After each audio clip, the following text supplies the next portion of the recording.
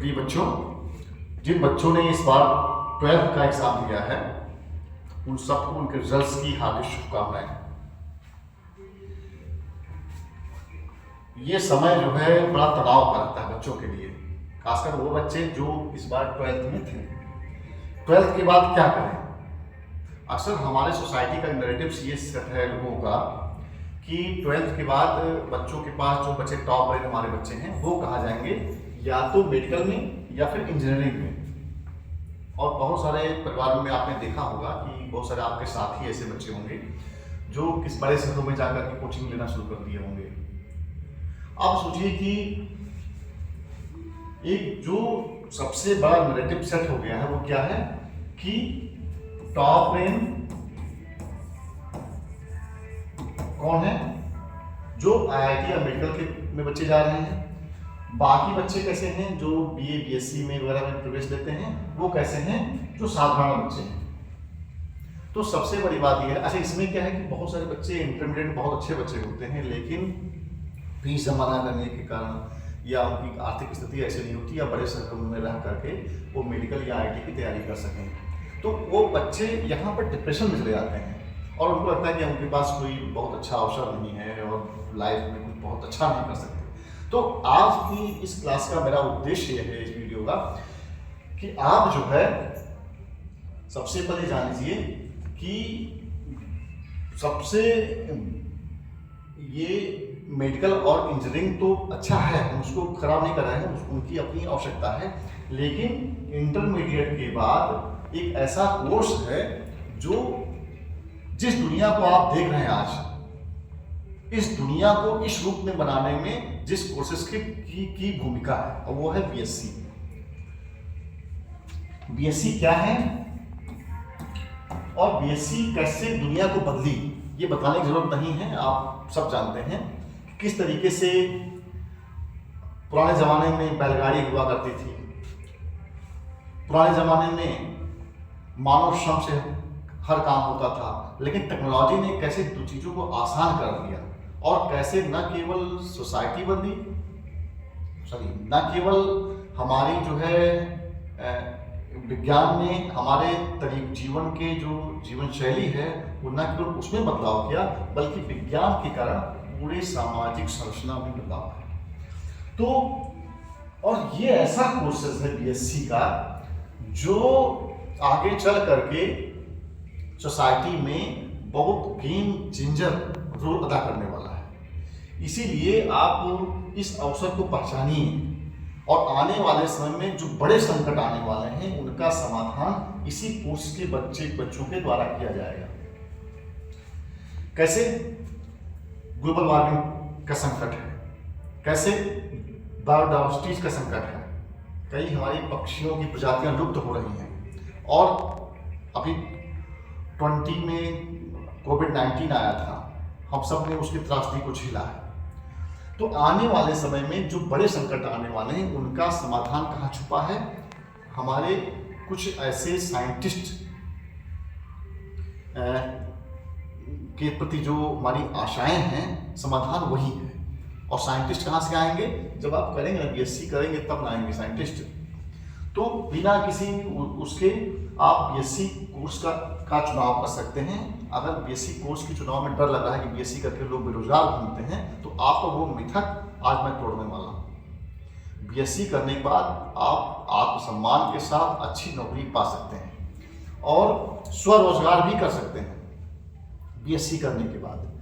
तो ये मत सोचिए कि बीएससी करने के बाद, बीएससी आप तब कर रहे हैं जब आप आईआईटी की तैयारी नहीं कर रहे हैं, मेडिकल तैयारी नहीं कर रहे हैं, आपको बीएससी करना पड़ रहा है। आप इतने महान कोर्स को जो है इसकी अहमियत को कम मत करिए। तो हम सीधी बात करते हैं, बीएससी क्या है आप सब जानते हैं। बीएससी 2 ब्रांचेज हैं, एक इंटरमीडिएट में 12th में जिन बच्चों का बायोलॉजी रहा है वो जूलॉजी बॉटनी केमिस्ट्री के साथ बीएससी कर सकते हैं, जेबीसी बोलते हैं उसको। और दूसरे जिन बच्चों का मैथ बैकग्राउंड रहा है, 12th में मैथ रहा है, वो फिजिक्स केमिस्ट्री मैथ लेकर के बीएससी के दूसरे ब्रांच से कर सकते हैं। बीएससी कहाँ से करें? बीएससी की डिग्री आप खरीद नहीं सकते हैं। हमारे खरीदने की पता समझ रहे हैं कि नहीं? आपके पेरेंट्स अगर सक्षम हैं तो आपको बीटेक करा सकते हैं बड़े बड़े कॉलेजेस से, लेकिन बीएससी में आपका एडमिशन भी कहीं हो जाएगा, उसको पढ़ना आप ही को पड़ेगा, और नहीं पढ़ेंगे तो अच्छे अंक नहीं आएंगे, आप सीख नहीं पाएंगे। तो बीएससी को बीएससी के रूप में आप अगर सही से कर लीजिए तो बहुत सारी भविष्य में आपके सोसाइटी का जो समस्याएं आने वाली हैं उसका हल आपके बीएससी अच्छे से करने में छुपा हुआ है। यानी आगे चल करके कई सारे इनोवेशन होने बाकी हैं, कई सारे जो है नई खोज होनी बाकी है। सबसे बड़ा संकट है तेल का संकट। जो हमारे पास डीजल पेट्रोल का भंडार है पूरे विश्व में, पृथ्वी के गर्भ में, बहुमुश्किल 50 से 100 सालों का है। यानी हमें 10, 20, 30 सालों में ऊर्जा का कोई नया स्रोत खोजना है। और कैसे? अब चाहे वो हाइड्रोजन तो है ही है, लेकिन उसमें और इनोवेशन की जरूरत है। हाइड्रोजन ईंधन को और उसमें नवाचार हो और इनोवेशन आए और उसमें स्पेशलाइज ढंग से उसमें नए काम हों, नए लोग आएँ, ताकि जो टॉप ब्रेन वहाँ पर पहुँचे, ताकि ऊर्जा संकट उसको सर्वसुलभ बना सके हाइड्रोजन को। और ऐसे तो ये मैं उदाहरण बता रहा हूँ, क्योंकि मेरा कोई बीएससी बैकग्राउंड नहीं है, तो इसलिए, और जो बीएससी किए वाले होंगे हमसे अच्छा बताएंगे। तो आगे चल करके जो है ऊर्जा के नए नए तरीकों की खोज होगी, वो आप कर सकते हैं। आप बड़ी जिम्मेदारी आपके ऊपर है, क्लाइमेट चेंज को रोकने की जिम्मेदारी आपके ऊपर है, ऑक्सीजन संकट आने वाला है उसको रोकने की जिम्मेदारी आप पर है। तो बीएससी आप इस उद्देश्य से करिए कि हम बीएससी करने के बाद एक बड़ा साइंटिस्ट बनेंगे। आप फिर से अपने आप को उस चीज़ को करिए कि हम विश्व के बड़े साइंटिस्ट बनेंगे और हमारी विदेशों में मांग होगी। तो अगर आपको साइंटिस्ट बनना है तो साइंटिस्ट केवल एआई से नहीं आएगा। आजकल बड़ा ट्रेंड चला है, एआई कर लीजिए तो बहुत बड़ा साइंटिस्ट बन जाएंगे। एआई सिर्फ आपका हेल्पिंग मशीन है। जैसे आप नौकरी में जाते हैं तो कार आपकी सहायता करते हैं नौकरी गंतव्य तक पहुंचाने की, कंप्यूटर आपका जो लेटर आपके विचार होते हैं उसको लिखने में सहायता करता है। ठीक ऐसे से एआई भी जो है आर्टिफिशियल इंटेलिजेंस आपके उससे हेल्प लीजिए, ठीक है, उस दिशा में। अब सारे लोग ये सोचेंगे कि एआई ही नहीं खोज करके एआई कुछ नहीं कर पाएगा। तो अल्टीमेटली जो मानव ह्यूमन है सारे काम उसी से होने हैं, उसी ब्रेन से। तो करना क्या है, बीएससी को सबसे पहले, हमारा कहने का मतलब ये है कि बीएससी को आप ये मान के करिए कि हम बीएससी करके कुछ अच्छा करेंगे। अच्छा क्या करेंगे? या तो आप साइंटिस्ट बनिए, बीएससी अच्छे से करिए, साइंटिस्ट बन जाइए।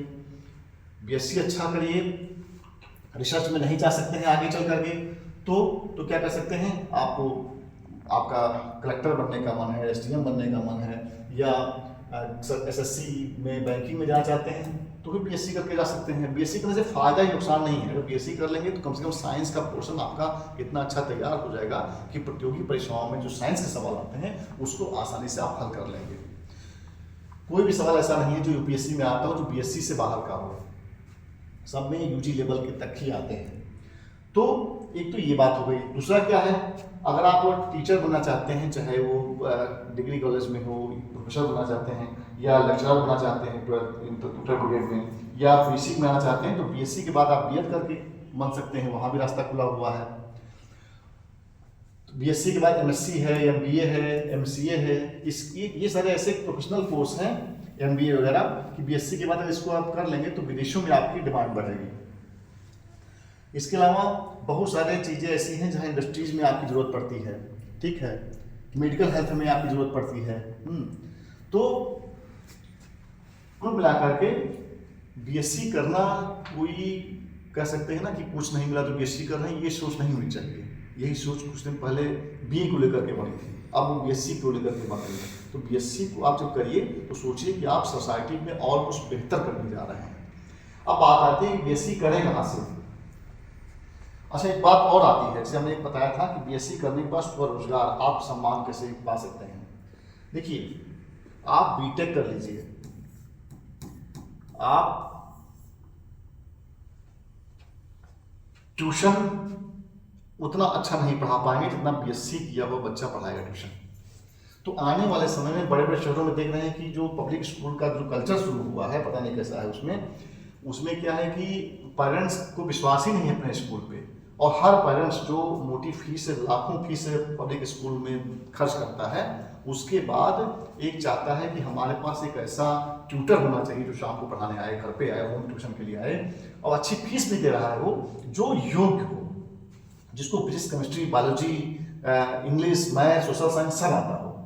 तो अगर बीएससी आप किए हुए हैं तो आप आराम से किसी भी शहर में अगर ट्यूशन ही पढ़ाना शुरू करते हैं तो अच्छी खासी कमाई कर सकते हैं आप, और कम से कम ट्यूशन पढ़ा करके आप अपनी प्रिपरेशन कर सकते हैं, अगर बीएससी के दौरान भी कर सकते हैं। तो ये एक फायदा बीएससी का ये है। दूसरा क्या है, एक ऐसा कोर्स है बीएससी जो लोअर मिडिल क्लास के लोगों के सपनों को पंख लगाता है। कैसे? अगर आपके पास कोई पैसा, मैं मान चल रहा हूँ कि हमारे जो बच्चा बीएससी करने जा रहा है उसके जेब में कोई रुपया नहीं है, 1 रुपया उसके जेब में नहीं है, और कैसे वो बीएससी करेगा? तो अगर जेब में, पॉकेट में 1 रुपये नहीं है और वो बीएससी करना चाहता है तो देखिए कितनी आसानी से बीएससी करेगा वो। अब मैं आपको बता रहा हूं।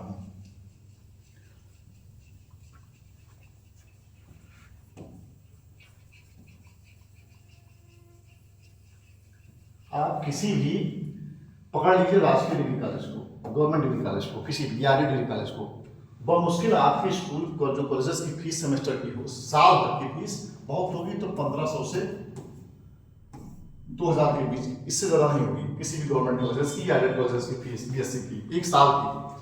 परीक्षा शुल्क देखिए पहले यूनिवर्सिटीज बहुत लेती थी, गवर्नमेंट ने कहा नहीं कम लो, तो वो भी अब 1 सेमेस्टर का 800 रुपया लेंगे।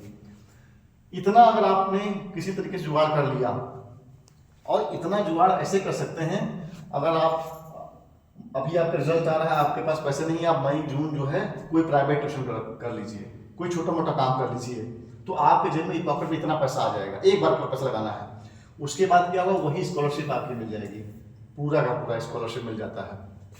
तो आप आसानी से बिना किसी खर्चे के कर सकते हैं।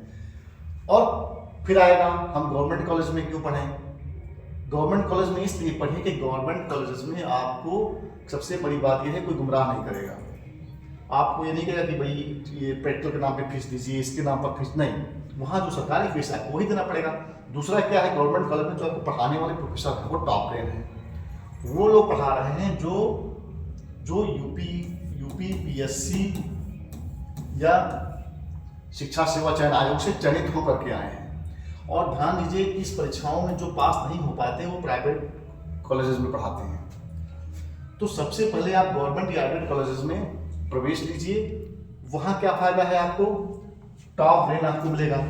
ठीक है, अब आपके अंदर सवाल उठेगा जब कभी प्राइवेट हो जाएंगे कि वहाँ पे टीचर नहीं है, तो अभी भी प्राइवेट कॉलेज में कौन टीचर हैं, कौन अच्छे पढ़ाने वाले हैं। और गवर्नमेंट एडेड में वैकेंसी की स्थिति ये होती है, थोड़ा ऐसा नहीं टीचर नहीं है, प्रोफेसर इसलिए नहीं है वहाँ पे, कम कहीं कहीं पे कुछ पद खाली रहते हैं। कारण क्या है, वैकेंसी यूपी पीएससी से आती है, तो प्रोसेस होता है, इसलिए थोड़ा सा टाइम लग जाता है, और वो भी 6 से साल भर के अंदर